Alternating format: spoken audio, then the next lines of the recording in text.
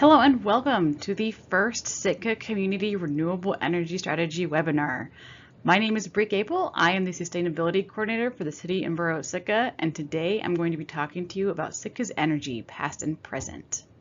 But since we're going to be spending some time together, I wanted just to introduce myself, tell you a little bit more about me. I am a biologist, natural history exhibit designer, and science communicator by training. I like to joke that as a biologist, the first powerhouse I was familiar with was the mitochondria, which of course we all know is the powerhouse of the cell.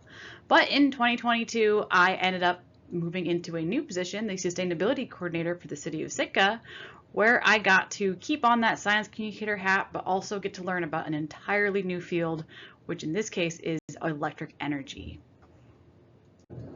In today's webinar, I'm going to tell you a little bit about electric grids, how they work, what is unique about Sitka's electric grid, how it's changed over time, and then move to the present. Talk a little bit how much electricity we are using today, how much electricity Sitka has, and why it all matters. By the end of this webinar, I want to make sure that you come away from it with some new skills and some new facts. Ideally, you can learn a little bit more about grids and can name them. You can do a little bit of comparison about the different kinds of grids and the setups. You can talk a little bit more detail about Sitka's electricity user groups, as well as see that change over time in Sitka. And hopefully, we can have a good discussion and critique some of Sitka's historical approach to energy and electricity so we can start talking about the future. But first, I want to make sure we're all on the same circuit. Energy is not the same thing as electricity. In its simplest terms, energy is just the ability to do work. Electricity is one form of energy. It just so happens that a lot of the things that we do work with uses electricity as that energy source. And you can define work essentially however you want. Sometimes in the case of a light bulb, that work is making light. In the case of cooking, that work is making heat that we can use to cook our food. Now, the energy space is a very technical area, and so I wanted to make sure that everybody understood a couple terms moving forward. A fun term for fancy words is jargon. A dam is the actual structure that holds back water. It does not make power. The penstock is the tunnel that lets water out of the dam. It also does not make water. The turbines that are connected to the dam by the penstock are the thing that makes that power. Those are the machines that spin, that take that gravitational energy of that moving water and spins those turbines that then turns that motion into electricity. A powerhouse is the building that holds the turbines. If you add all of these things together, we collectively call those a hydroelectric project. Not like a project like you're used to in school where you kind of come and you go and the project you move on once it's done. No. Once a project is complete, a hydroelectric project, it is always a hydroelectric project. Now there's some terms we want to be aware of as we start to move forward. A megawatt is how much electricity can move. I like to think of electricity as water. How much water can move through a pipe is a megawatt.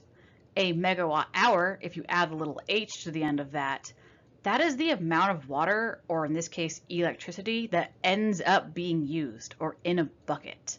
So think of it that way as we continue on through this conversation. You can scale that concept up or down. Our smallest unit of measurement that we normally use for electricity is a watt. You are probably more familiar with a kilowatt. A kilowatt hour is that number that you see on your utility bill. Sitka's two hydroelectric projects, the Blue Lake and the Green Lake projects, run in the megawatt area, normally between 10 to 20-ish megawatts if you add them together. So we can produce up to that much power at any given time. If we go a step up, we get to gigawatts, and you can see those zeros getting added. For comparison, the largest hydroelectric project in the US is the Hoover Dam. It is a 2 gigawatt project. That is enormous. However, if we go a step further, the entire electrical consumption of the US in 1 year is about 4,000 terawatt hours. And as you can see, as we move up this line, we're adding more and more zeros. And just because I think it's cool that this scale can essentially go on forever, and you never know when you're going to find yourself at trivia, 385 yotawatts is released every second by our sun. So a yotawatt is a 1 followed by 24 zeros. And that is how much energy 385 of those is how much energy our sun puts out every single second. It's crazy how much energy comes from the sun. Because you could be watching this from anywhere in the world, I don't want to assume you know anything about Sitka. So let me give you just a little tiny bit of information about this wonderful town. Sitka is a small community of about 8,500 people located on a very large island in southeast Alaska. It is located on the Tlingit Ani, the ancestral lands of the Tlingit people who are still here today, and the size is pretty small. It's about 16 miles of road end to end with only about 2 stoplights. Because we are in the Tongass National Forest, our climate is much more mild than what you might think of as the rest of Alaska. That interior portion, that larger chunk up top, is often what is referred to as interior Alaska. So we are down, like I said, southeast, a little bit more mild in climate, in a national rainforest. That rain part is a really important thing for our energy. So let's get to know Sitka's grid. Like I said, small town on a big island. And here it is in its most simplest form. We have generation of our electricity on one end of town, thanks to our Blue Lake Hydroelectric Project and our Green Lake Hydroelectric Project. As you can see, the dams and the powerhouses are not right next to each other. That is very much the case for many hydroelectric projects. And we have transmission lines that take that electricity generated by those two projects into town, where they go to our substations, our Jarvis Street substation and our Marine substrate station. Each of those then goes on to distribute through our distribution system the electricity generated to the rest of town. This long skinny line, that's about as simple as you need to know right now. It is pretty straightforward. However, there is one big aspect about Sitka's grid that I want to share with you. So how big is Sitka's grid? It's a big island with a small town. What does that mean? I like to call Sitka's grid the world's macroest microgrid. That's kind of a confusing statement, so let me explain a little bit more detail. Most of the United States, the lower 48 is what we like to call them in Alaska, is connected on one of 3 regional grids. The closest one to Sitka is the U.S. Western Interconnection, which is about 80 million people. But there is a large part of the United States, mostly in Alaska and other islanded communities, that are not connected to this grid. These are called islanded grids. A good example of a large one is Oahu over in Hawaii, which is about 1 million people. If we go a step down, we end up somewhere where Sitka's at, which is a small island grid.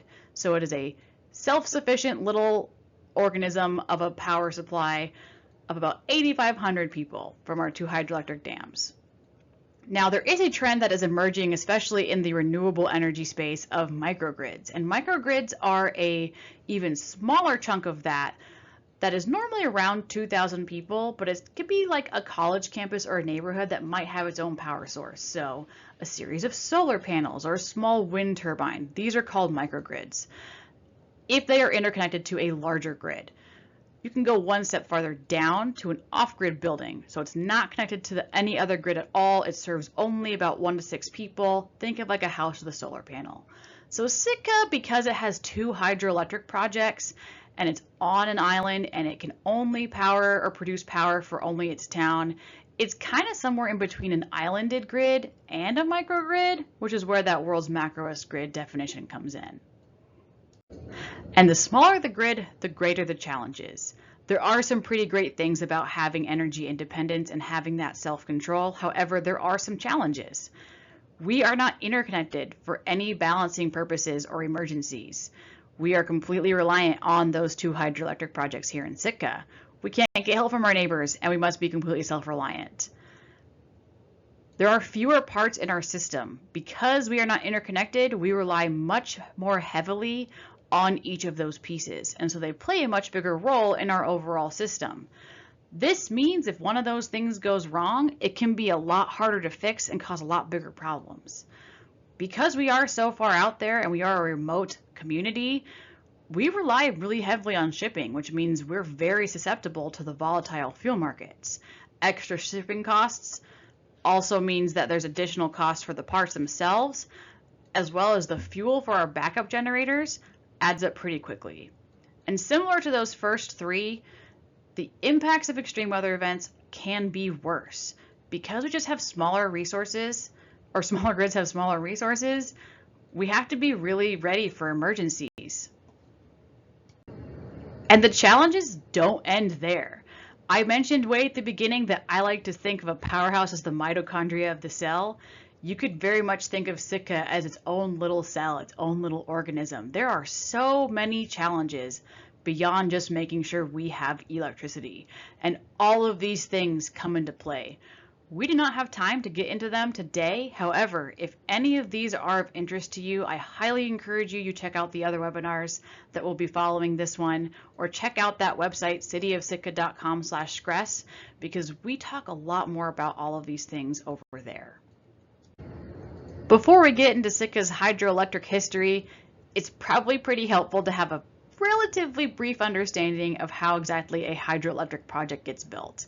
I play a lot of video games, so what I've done here is I have divided it into players and the game they are playing. There are a couple of entities involved. There's an electric utility, the guys running and managing the dams. There's a Federal Energy and Regulatory Commission in the United States that has to approve all of these projects. Of course, there are engineers, the people, the ones designing that system to work and make power for a very, very long time. There are business investors and banks, because these things are often hundreds of millions of dollars in project scale, because they are just huge pieces of infrastructure that take a lot of money. And of course, there are ratepayers, the people who use that power every day to do that work, that energy every day in their lives. They also have a really important role to play. The game, like I said, that process, first you got to identify a suitable location. In the case of Sitka, we are very lucky in that our hydroelectric projects are in a position where they have the benefit of being fish friendly. You might have heard a little bit about dams being removed in the lower 48, and that is largely because they were never put in a very suitable location. Sitka got lucky. Our geology here and our geography here are really well suited for hydroelectric projects that are near the ocean in a way that we can still maintain critical salmon habitat. But these things take a lot of time. You gotta start planning really, really far ahead. It is not unusual for a hydroelectric project to take a decade at minimum to come to fruition. Once you have your location and your plans, you have to communicate with FERC. FERC, that Federal Energy Regulatory Commission, might have some feedback. They might have some additional requirements. They might require more investigation into the environmental impact of some of these things. And so you got to work with FERC quite a bit back and forth. And you're going to do this back and forth probably a few times.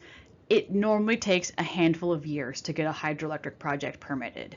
Once it is permitted, that doesn't necessarily mean you can start building, because the next step is finding the money to actually do that. That's where those business investors and banks come in. And then, of course, once you do finally pull that off and that project is built, you have to maintain it. These are not a set and forget kind of system. These are huge pieces of infrastructure that require ongoing maintenance to make sure that they're capable of producing power for well over 100 years in some cases. Sitka has over 100 years of hydroelectric generation experience. The first project was put in 1913. Over the years, two other projects, the Blue Lake and the Green Lake projects, which are still here today, were also put in. There was also a very big expansion in our transmission and distribution as electricity became more available and more ready, and more of our energy systems that we use became electric. The most recent piece of infrastructure that was worked on in Sitka was the Blue Lake expansion project in 2015, which raised the dam by about 85 feet and installed new turbines. And of course, we're going to be talking about the future eventually, but let's learn a little bit more about each step as we get more involved. The Sawmill Creek project. I haven't mentioned it very much because, like I said, it's not here anymore. Blue Lake was first dammed back in 1913 by a group called Sitka Wharf and Power. 1936 rolls around. The project was damaged by floods, but it was rebuilt. Fantastic. In 1942, the city purchased the project and the public utilities took over. However, in 1947, the project was once again damaged and destroyed permanently. And that brings us to our first big hydroelectric project, the Blue Lake project. The initial planning of Blue Lake started all the way back in 1944. In 1956, engineers incorporated the design of a pulp mill into the design, and in 1957, that FERC application got submitted. So here's why I mentioned how long this game can take to play. Once that permit was issued in 1958, the construction of the hydroelectric project happened in 3 phases. The first phase was a small dam of about 35 feet and that penstock, that tunnel. Phase 2 was adding to that dam and building the powerhouse. And then the third phase was increasing that dam height that it was at until early 2010s and adding an additional turbine. In 1961, the entire project was completed. At this point in time, Sitka's population was about 3,200 people, and our annual electric load was about 17,000 megawatt hours. After the Blue Lake expansion, the initial Blue Lake project went online, that basically tripled the generation capacity of the town. With so much electricity available, as well as other economic factors that were happening alongside it, the town dramatically grew. And in 1974, just 15 years or so after that Blue Lake project was completed, the Green Lake project started to be planned because the need for more electricity was becoming apparent. In 1979, applications were submitted to FERC, which were issued fairly quickly compared to what it could have been. And in 1982, that Green Lake project was completed and came online. In 1982, Sitka's population was about 7,800 people, which was a significant jump from early 1960s. And it was being planned right as that load was around the capacity of Blue Lake on its own. Not only did the population grow, the amount of electricity each person used also started to grow as well. Whereas previously it was around 3 or so megawatt hours per person, in 1982 it becomes more like 7 megawatts per hour per person. Yes, I said that correctly. And with the completion of the Green Lake project, it essentially doubled our capacity for electricity generation. And Sitka's hydroelectric experience continued up until this day. About 9 years ago, its most recent large infrastructure project was completed. As the population leveled out, it still grew a little bit in between the 80s and the now 2015. As of 2010, it was about 8,800 people. However, the annual electric load showed that more people were using more electricity. And that is because, in the case of Sitka, with our abundant and accessible energy in the form of hydroelectric electricity, many people started using more electricity for their cars, for their homes. Sitka has largely been a very early adopter of electrification because we have these 2 hydroelectric projects. And I'll get a little bit more into that in just a second. But looking back, that process started back in 2008 as that line continued to grow and got a little bit too close for comfort of that potential generation of the Green Lake and the Blue Lake project. So in 2012, that FERC license was issued. In 2015, the expansion project completed, which included adding 83 feet to the dam, which meant that dam was raised, so there was more water behind it, there was more energy that was being stored in it. It drilled a new penstock to deliver that additional generation potential to the powerhouse that it would be reconstructed, and installed 3 new turbines. In addition to this, it also upgraded its diesel backup system. So in addition to our 2 hydroelectric projects, Sitka has quite a bit of diesel generation that we can either use to supplement in case the dams are unable to meet what our needs are, or in case of emergencies, if something were to happen to either the dams or the transmission systems in between. And at the completion of this project, it raised our annual generation capacity by about 30%, which is what it's at right now, which is about 160 megawatt hours per year. So let's look at Sitka's hydroelectric infrastructure projects all together. Now you would think that the amount of electricity a community needs is related to its population. That is not the case. Even as Sitka's population grew, its annual load outpaced that human growth. And now today in 2024, even though our population has shrunk slightly by about 5% since that Blue Lake expansion was completed, our electrical load is still growing. And it is growing because our community is electrifying. Sitka is a town that is the perfect place for a lot of really great electric technology like heat pumps and electric cars, thanks to its size and mild climate. And each of these projects either tripled, doubled, or significantly raised by about a third our annual generation capacity. But all of these projects did come at a very large cost. However, that cost has paid off in the long term and continues to pay off. Hydroelectric energy is some of the most expensive pieces of infrastructure to install because it's so much concrete, they're huge, there's just a lot of complexity and a lot of cost associated with them. However, because they are also a renewable source of energy, because they are powered by rain and water and that water cycle, as well as just the longevity of the infrastructure, hydroelectric projects are capable of producing some of the most affordable power over the course of their entire lifetime. And so that is why even though Alaska as a state has some of the highest electric rates in the country, Sitka's rates are much more closer to average of the rest of the United States, which is really great. And there's a lot more nuance in all of this.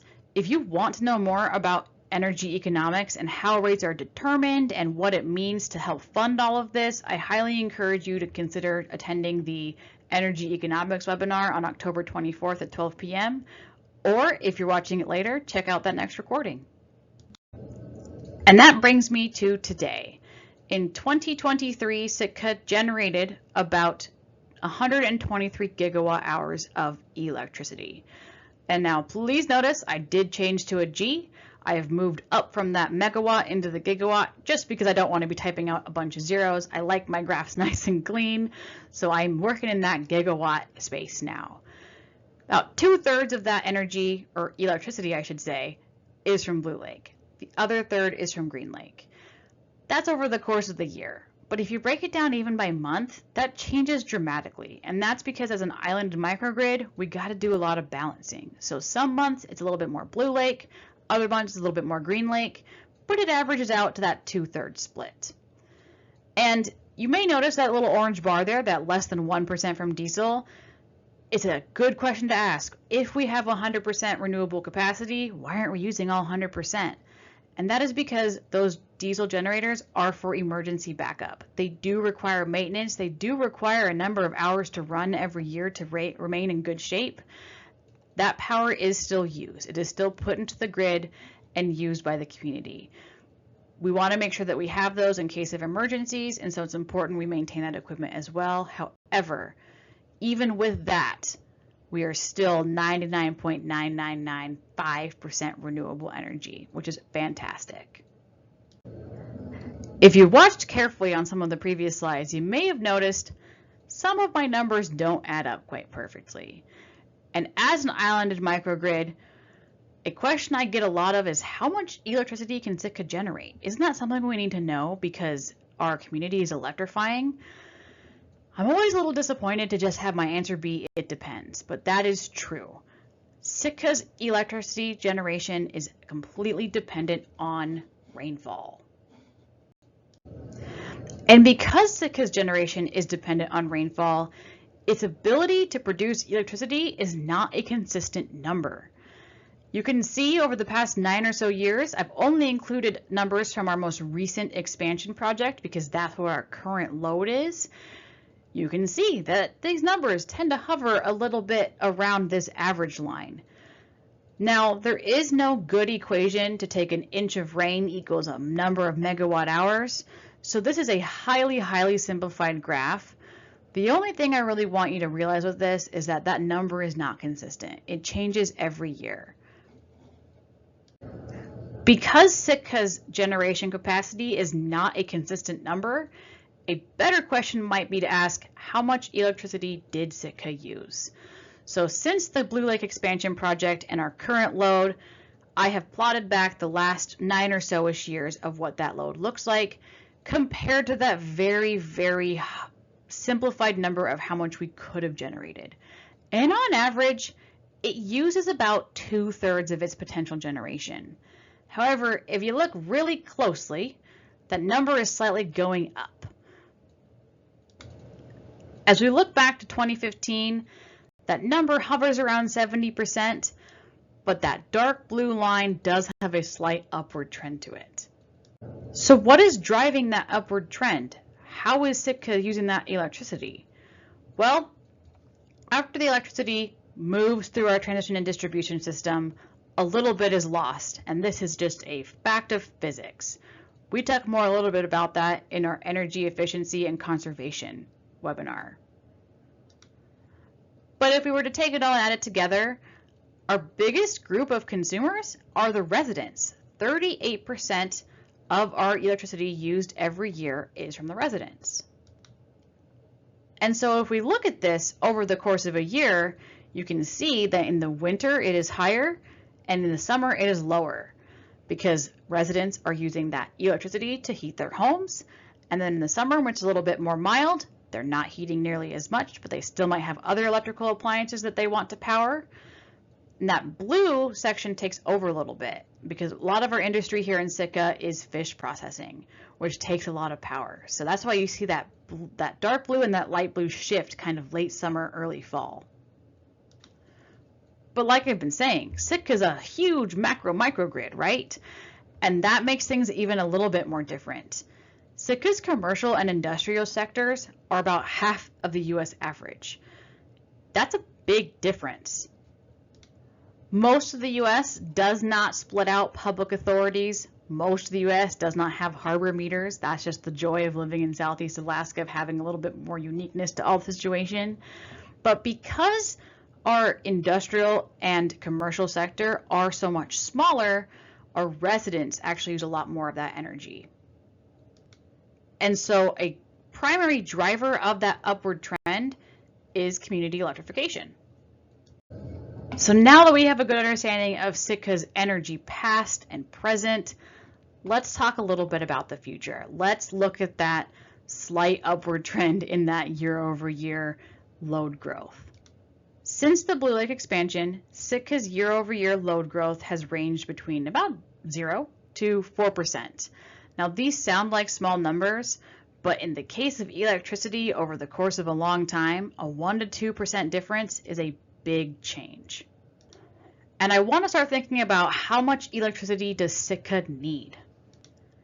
If we were to take this line and just plot that line out on an Excel graph and stretch it out, our electrical growth load looks pretty different. And if we assume that average of 2.5% year over year, we start getting into this territory where we're above our low water year. Our low water year is the absolute minimum our two hydroelectric powers can produce. Now, it does not mean that we are running out of power. It really just means that that part of the load that is above that threshold is uncertain because our rainfall is also uncertain. If we continue to stretch that out and we continue to just let that 2% year over year happen with no sort of intervention, that level of uncertainty does continue to increase, and we get to a point where our generation source might not be as clear by the year 2050. Now, this isn't intended to scare you or make you think that we're running out of power. It's really just more so we can have a conversation, because as an island microgrid and with a municipally owned utility, as a community-driven electrification effort, we have a lot of chances and say in what that energy future looks like. So if Sitka's ability to produce power is dependent on rainfall, which is inherently unpredictable, but we also know that our community is electrifying pretty quickly at about 2% year over year, and we're moving into this area of uncertainty, what should Sitka do? I don't have the answer for that, but the questions we ask ourselves in trying to figure out what we should do will help us determine when Sitka will need new generation and ideally tell us how much more we will need in the process. So I see the future kind of like this. One option is we do nothing. On this path, we're gonna probably have to start mixing hydro and diesel sometime in the late 2030s. The only question we're really gonna have time to answer or try and ask ourselves is how much more electricity can we make and fast? That answer is probably going to be diesel. Or we can ask ourselves, what can we turn off? Our other option is start reactively building out with new renewable resources without any idea of how much more we need. We can do something. Instead of generating more, can we use less? Let's ask ourselves, how much more electricity and energy do we need as a community? Because we are an island, we can only ever get so big. At the same time, once we have an idea of how much we need, let's figure out what options we have. And on this path, that little yellow flag gets pushed back. I don't know how far. This is all hypothetical, more for illustrative and thought-provoking processes. But sometime farther down the line, our options also widen as we answer these questions.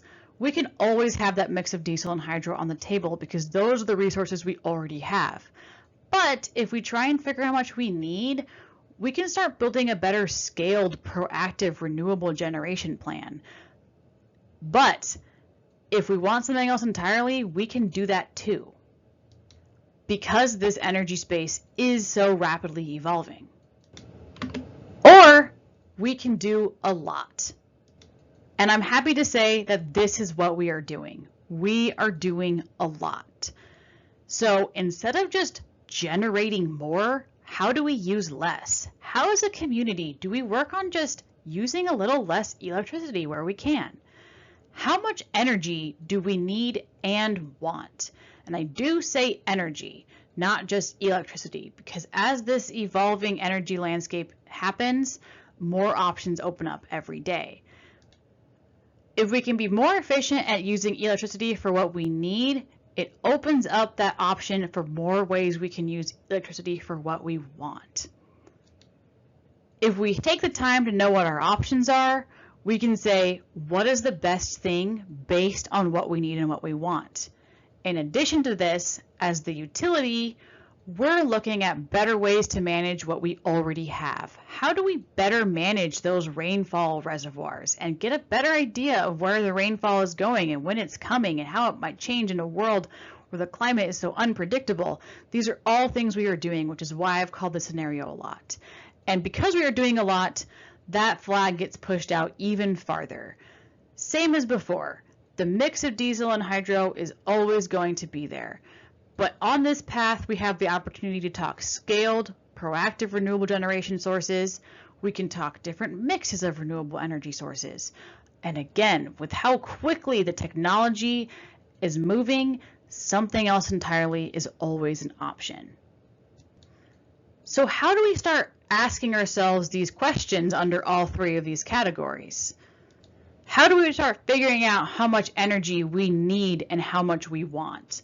Well, let's take a look.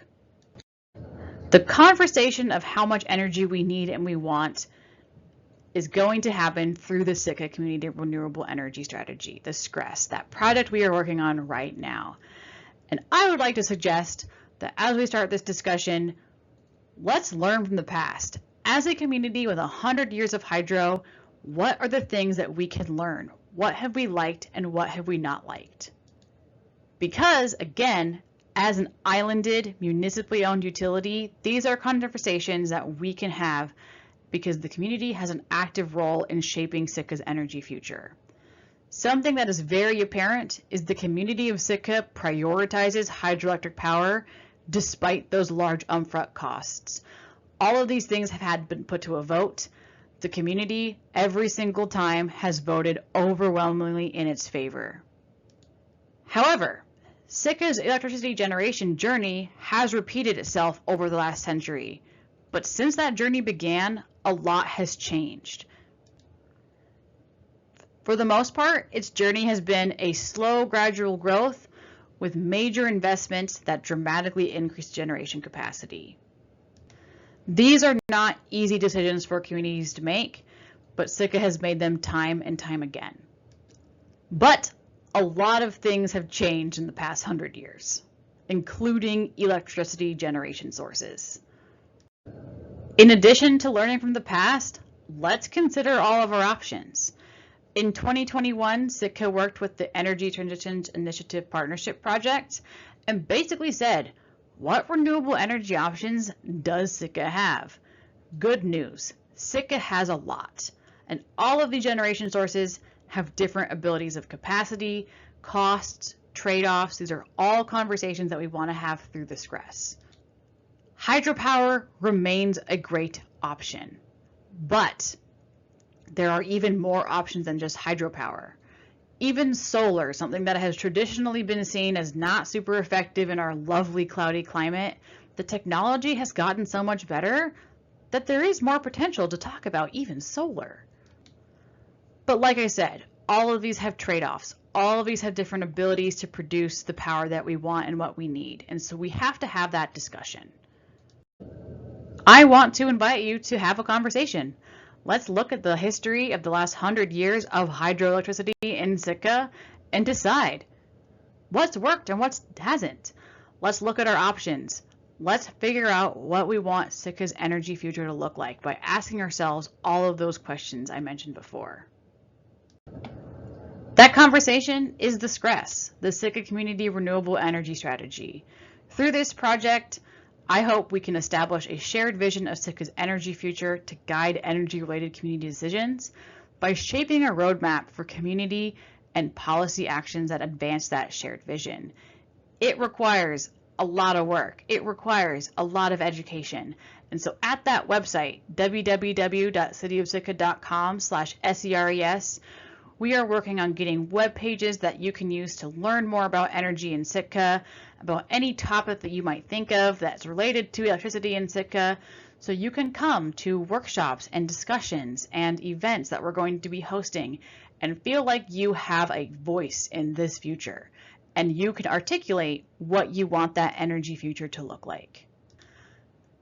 And it's easy to think about this as very abstract things and kilowatt hours and numbers and megawatts and turbines and all of these really technical things. But ultimately, we have something that most communities in the United States do not. We have the ability to decide that future together. And I always like to remind everybody that energy is personal. When we're talking about energy, we are talking about people. We are talking about scientists coming to Sitka and having conversations with our assembly, with our Sustainability Commission, with our hydroelectric operators. It is going out to the schools and talking to kids about their grid and the investments their parents made into this hydroelectric infrastructure. Even as far as teaching little kids that things that spin make electricity. And this webinar is just the beginning of that conversation. This conversation is going to keep going. We have radio series, we have webinars. All of this is meant to help you feel like you have the knowledge and understanding to come to these workshops in the winter of 2025, where we'll sit down and we'll talk and we'll explore all of these energy options in detail and decide, what does Sitka's energy future look like? Please visit www.cityofsitka.com/SCRES. In addition to these radios and these webinar series, there are going to be more ways to engage. If you want alerts or to get updates directly to your email, email sustainability@cityofsitka.com to sign up to that list. And you can always find me at that same email with any questions you might have regarding Sitka's energy in the past, in the present, and hopefully, as we work together, we can decide what that energy future looks like. Thank you so much for joining me for this webinar, Sitka's Energy, Past and Present. I can't wait to figure out what Sitka's energy future looks like together with you. My name is Bri Gabel, the Sustainability Coordinator for the City and Borough of Sitka. Thank you so much for joining me today.